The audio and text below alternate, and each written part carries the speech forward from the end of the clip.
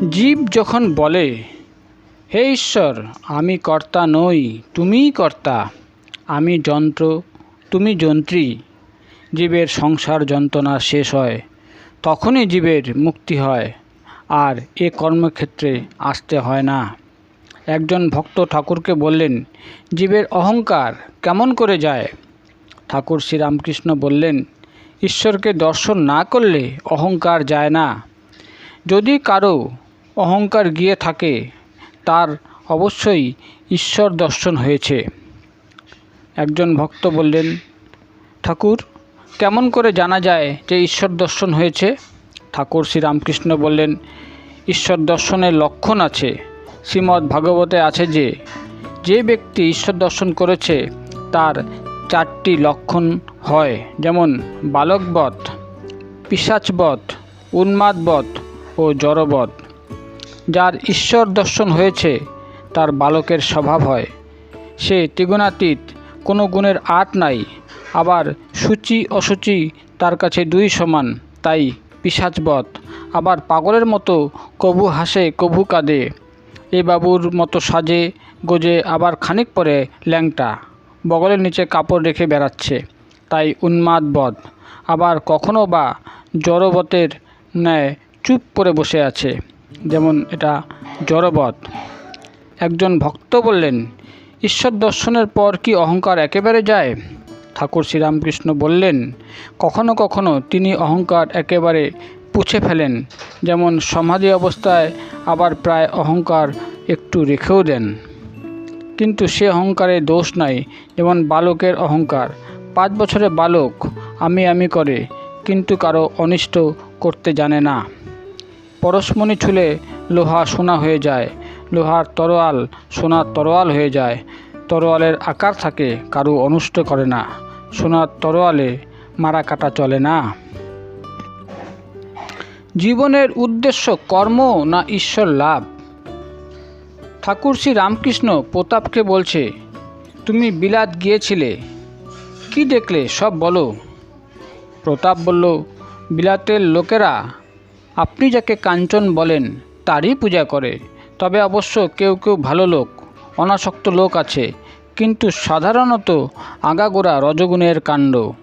আমেরিকাতেও তাই দেখে এলুম। ঠাকুর শ্রীরামকৃষ্ণ প্রতাপকে বলছেন, বিষয়কর্মে আসক্তি শুধু যে বিলাতে আছে এমন নয়, সব জায়গায় আছে। তবে কি জানো, কর্মকাণ্ড হচ্ছে আদিকাণ্ড। সত্যগুণ যেমন ভক্তি, বিবেক, বৈরাগ্য, দয়া, এইসব না হলে ঈশ্বরকে পাওয়া যায় না। রজগুণে কাজের আড়ম্বর হয়, তাই রজগুণ থেকে তমগুণ এসে পড়ে। বেশি কাজে জড়ালেই ঈশ্বরকে ভুলিয়ে দেয়, আর কামিনী কাঞ্চনে আসক্তি বাড়ে। তবে কর্ম একেবারে ত্যাগ করবার জো নাই। তোমার প্রকৃতিতে তোমায় কর্ম করাবে, তা তুমি ইচ্ছা করো আর নাই করো। তাই বলেছে অনাসক্ত হয়ে কর্ম করো। অনাসক্ত হয়ে কর্ম করো অর্থাৎ কিনা কর্মের ফল আকাঙ্ক্ষা করবে না। যেমন পূজা, জপ, তপ করছো, কিন্তু লোকমান্য হওয়ার জন্য নয়, কিংবা পুণ্য করবার জন্য নয়। এরূপ অনাসক্ত হয়ে কর্ম করার নাম কর্মযোগ। ভারী কঠিন।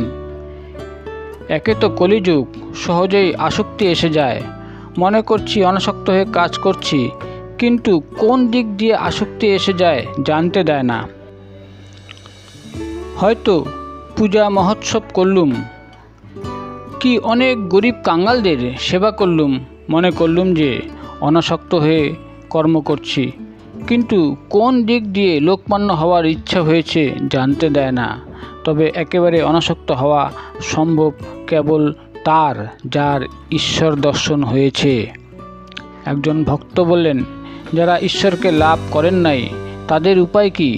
তারা কি বিষয়কর্ম সব ছেড়ে দেবেন? ঠাকুর শ্রীরামকৃষ্ণ বললেন, কলিতে ভক্তিযোগ, নারদীয় ভক্তি, ঈশ্বরের নাম গুণ গান করা ও ব্যাকুল হয়ে প্রার্থনা করা, হে ঈশ্বর, আমায় জ্ঞান দাও, ভক্তি দাও, আমায় দেখা দাও। কর্মযোগ বড় কঠিন, তাই প্রার্থনা করতে হয়, হে ঈশ্বর, আমার কর্ম কমিয়ে দাও, আর যেটুকু কর্ম রেখেছ সেটুকু যেন তোমার কৃপায় অনাসক্ত হয়ে করতে পারি। আর যেন বেশি কর্মে জড়াতে না ইচ্ছে হয়। কর্ম ছাড়বার জো নাই। আমি চিন্তা করছি, আমি ধ্যান করছি, এও কর্ম। ভক্তি লাভ করলে বিষয় কর্ম আপনা আপনি কমে যায়, আর ভালো লাগে না। ওলা মিস্ত্রির পানা পেলে চিটেগুড়ের পানা কে খেতে চায়? একজন ভক্ত বললেন, বিলাতের লোকেরা কেবল কর্ম করো কর্ম করো করে, কর্ম তবে জীবনের উদ্দেশ্য নয়। ঠাকুর শ্রীরামকৃষ্ণ বললেন, জীবনের উদ্দেশ্য হলো ঈশ্বর লাভ। কর্ম তো আদি কাণ্ড, জীবনের উদ্দেশ্য হতে পারে না। তবে নিষ্কাম কর্ম একটা উপায়, উদ্দেশ্য নয়।